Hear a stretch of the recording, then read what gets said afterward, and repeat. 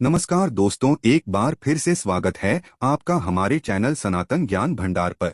हिंदू पंचांग के अनुसार ज्येष्ठ मास के शुक्ल पक्ष की पूर्णिमा तिथि को ज्येष्ठ पूर्णिमा कहा जाता है। इस तिथि को ज्येष्ठ पूर्णिमा या ज्येष्ठ पूर्णमासी भी कहा जाता है। हिंदू धर्म में पूर्णिमा तिथि का विशेष महत्व है क्योंकि इस दिन स्नान दान करने से विशेष फलों की प्राप्ति होती है। इस साल के ज्येष्ठ पूर्णिमा की बात करें तो यह 2 दिन पड़ रही है। इस साल व्रत और स्नान अलग अलग दिन किया जाएगा। ज्येष्ठ पूर्णिमा के दिन चंद्रदेव के साथ मां लक्ष्मी की पूजा करने का विधान है। इस दिन पवित्र नदियों में स्नान करने, व्रत एवं दान पुण्य करने से शुभ फलों की प्राप्ति होती है। इसके साथ ही कुछ उपाय करके कुंडली में मौजूद चंद्र दोष से भी निजात पाया जा सकता है। आज हम आपको गाय से जुड़ा ऐसे ही एक उपाय के बारे में बताएंगे, जिसको अगर आपने ज्येष्ठ पूर्णिमा के दिन कर लिया तो मान के चलिए कि मां लक्ष्मी की कृपा से आपकी सारी मनोकामना पूरी हो जाएगी। चाहे आपकी कैसी भी मनोकामना हो, आपको बस ये उपाय करना है, उसके बाद आपका घर धन धान्य से भर जाएगा। आज की वीडियो में हम बताएंगे गौ माता से संबंधित एक उपाय जिससे आपको मिल सकता है अक्षय यानी कभी ना समाप्त होने वाला धन प्राप्त करने का वरदान। अगर हिंदू धर्म की माने तो ऐसी मान्यता है कि गाय की सेवा अगर निस्वार्थ भाव से की जाए तो घर में लक्ष्मी का वास होता है। वैसे तो युगों से चला आ रहा है कि गाय को हम कुछ न कुछ खिलाते जरूर है। गाय को सनातन धर्म में लक्ष्मी स्वरूप भी माना गया है। कहा जाता है कि गाय की सेवा करने से घर परिवार सुखी और संपन्न रहता है। जिस घर में गाय की सेवा निस्वार्थ भाव से होती है, उस घर में लक्ष्मी जी की कृपा हमेशा बनी रहती है। और जिस घर में गाय की सेवा नहीं होती, अचानक से किसी भी प्रकार की वहां पर विघ्न बाधाएं आती रहती है।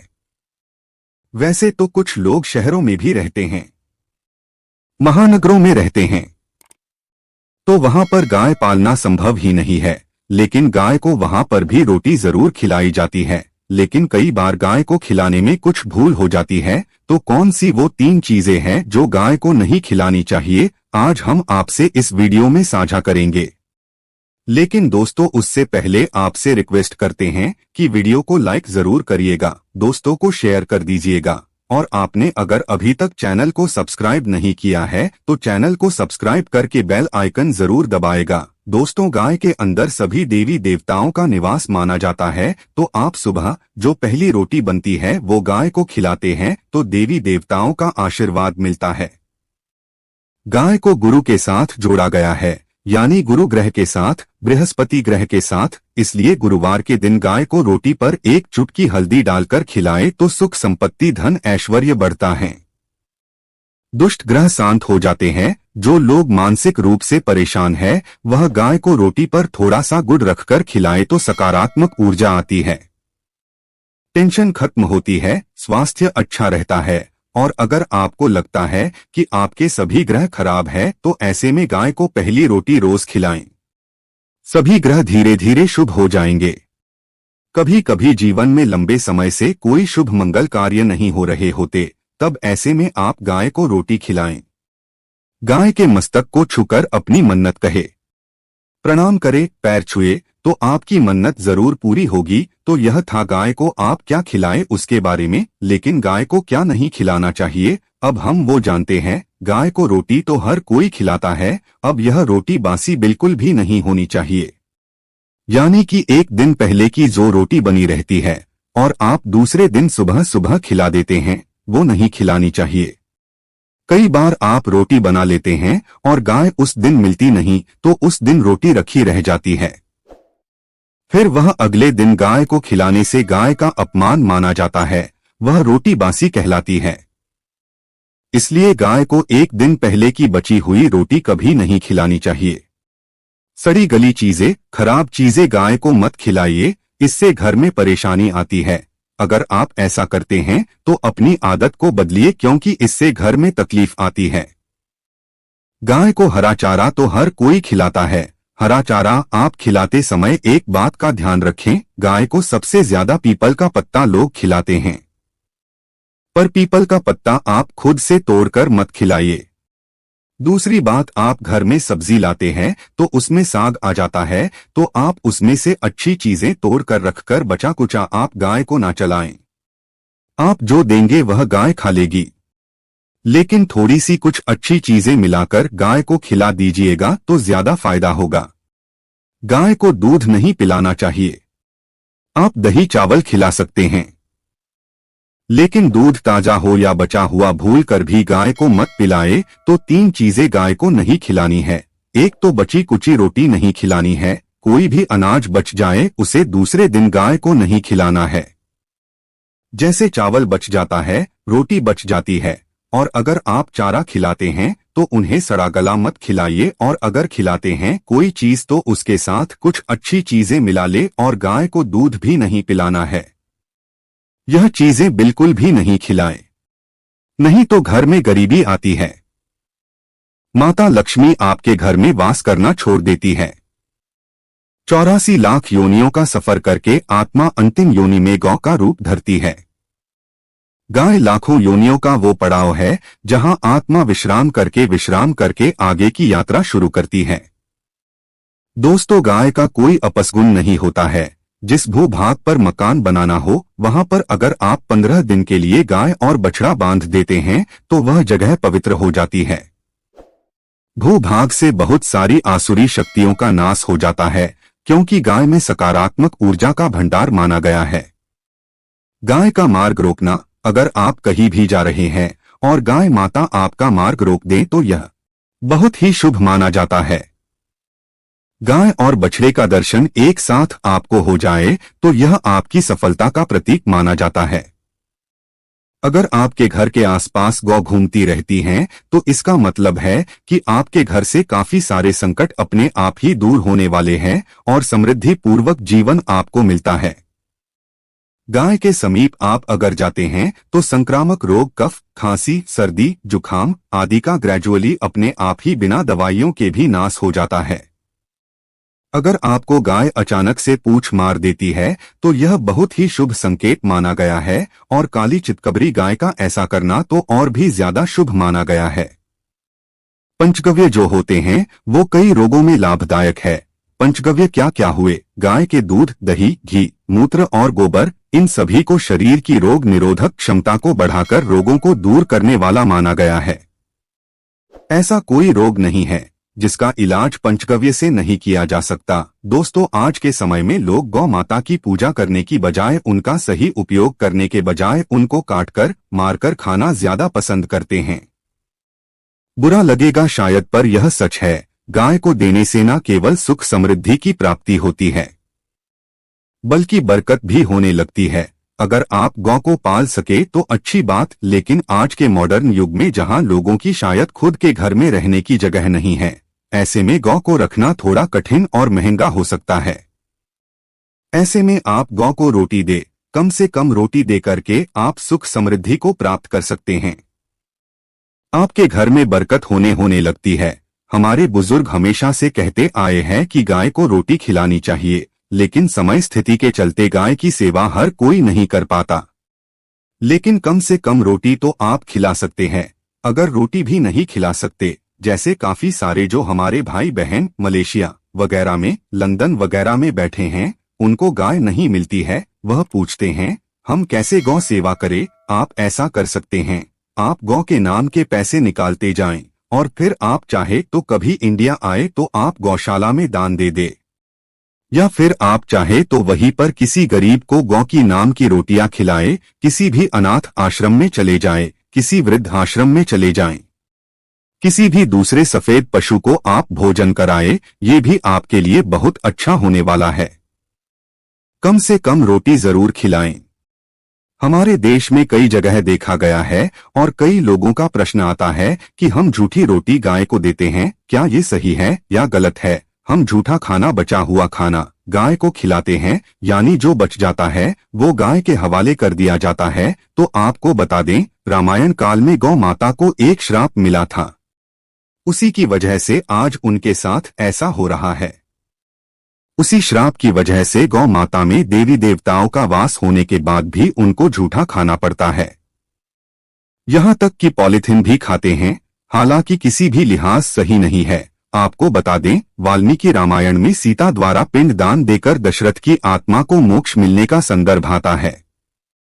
जो लोग जानते होंगे वो जानते हैं कि वनवास के दौरान भगवान राम लक्ष्मण और सीता प्रीत पक्ष के दौरान श्राद्ध करने के लिए गया धाम पहुंचे। वहां श्राद्ध कर्म करने के लिए जरूरी सामग्री जुटाने के लिए राम और लक्ष्मण तो चले गए और सामान लेकर नहीं आए।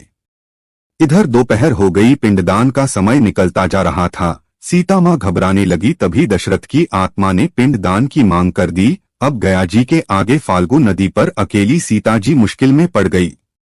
उन्होंने फल्गु नदी के साथ वट वृक्ष, केतकी के फूल और गाय को साक्षी मानकर बालू का पिंड बनाया और स्वर्गीय राजा दशरथ अपने ससुर के निमित्त पिंड दान कर दिया। थोड़ी देर में भगवान राम और लक्ष्मण जब लौटे तो उन्होंने कहा कि समय निकल जाने के कारण मैंने पिंड दान कर दिया, बिना सामग्री के पिंडदान कैसे हो सकता है। इसलिए राम जी ने सीता माँ से प्रमाण मांगा। तब सीता माता ने कहा कि जो फल्गु नदी के रेत है, केतकी के फूल है, गाय है और वट वृक्ष है, जो मेरे द्वारा किए गए श्राद्ध क्रम की गवाही दे सकते हैं। इतने में फल्गु नदी, गाय और केतकी के फूल तीनों इस बात को मुकर गए। उन्होंने कहा, सीता माँ झूठ बोल रही है, सिर्फ वट वृक्ष ने सही बात कही। तब सीता जी ने दशरथ का ध्यान करते हुए उनसे ही गवाही देने की प्रार्थना की। दशरथ जी ने सीता माँ की प्रार्थना को स्वीकार करके घोषणा की कि ऐन वक्त पर सीता ने मुझे पिंड दान कर दिया। इस पर राम अस्वशत हुए, लेकिन तीनों गवाहों द्वारा झूठ बोलने पर सीता जी उनसे क्रोधित हो गए और उन्हें श्राप दिया। फल्गु नदी से कहा कि जा, तेरा नाम सिर्फ नदी रहेगा, लेकिन तुझ में पानी कभी नहीं रहेगा। इस कारण आप भी जानते होंगे, जो लोग जानते हैं, फल्गु नदी आज भी गया में सुखी ही रहती है। गाय को श्राप दिया कि तू पूज्य होकर भी लोगों का जूठा खाएगी और केतकी के फूल को श्राप दिया कि तुझे पूजा में कभी नहीं चढ़ाया जाएगा। वट वृक्ष को सीता माँ ने आशीर्वाद दिया कि उसे लंबी आयु की प्राप्ति होगी और दूसरों को छाया प्रदान करेगा तथा पतिव्रता स्त्री तेरा स्मरण करके अपने पति की दीर्घ आयु की कामना करेंगी। यही कारण है कि गाय को आज भी जूठा खाना पड़ता है। केतकी के फूल को पूजा से निषिद्ध बताया गया है। फल्गु नदी के तट पर जल नहीं है। सीता कुंड में पानी के अभाव में सिर्फ बालू या रेत में पिंडदान किया जाता है। दोस्तों, शास्त्रों के मुताबिक गौमाता में सारे देवी देवता निवास करते हैं। 33 कोटि देवी देवता और पितरी का निवास होता है। अगर आप भी किसी मंदिर में नहीं जा सकते, पूजा पाठ नहीं करते हैं, कहीं जाकर के ग्रह दशाओं का उपाय नहीं कर सकते हैं, तो आपको गाय को एक रोटी जरूर लेनी चाहिए। हमेशा कहते हैं, पहली रोटी गाय की अगर आप भी खिलाते हैं तो दुनिया के सारे सुखों को प्राप्त कर सकते हैं। आपने अक्सर ही सुना होगा कि रसोई में पहली रोटी जो बने वो गाय को दे देनी चाहिए। हर रोज गाय को एक रोटी देने से आपके जीवन के सभी दुख दर्द दूर हो जाते हैं। खाना बनाते वक्त हमेशा पहले एक रोटी गाय की निकाल दे, इसके बाद ही परिवार के बाकी सदस्यों के लिए आपको रोटियां सेकनी चाहिए। कोशिश करनी चाहिए कि गाय की उस रोटी में थोड़ा सा हल्दी मिला दें। इससे गाय को रोटी खिलाने का अपार फल प्राप्त होता है। अगर गुरुवार का दिन हो, लोई ले ले, सने हुए आटे की छोटी सी लोई बना ले और उसमें हल्दी मिलाकर गाय को खिला दे। आपके जीवन में शुभता आती है, वैभव आता है, धन संपत्ति का वास होता है। आप जो भी हासिल करना चाहते हैं जिंदगी में, तो आप देखेंगे कि तुरंत आपको मिनटों में वह हासिल हो जाता है।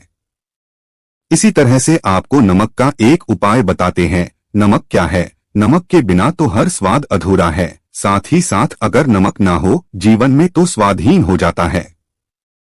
जितना हम खाने में नमक को इम्पोर्टेंट मानते हैं, उतना ही ज्योतिष में नमक को इम्पोर्टेंट ही माना जाता है और इसे कर्ज की वस्तु माना गया है। किसी का नमक खाने का अर्थ क्या होता है? उसका कर्जदार होना। आपने सुना ही होगा, नमक का कर्ज अदा करना है।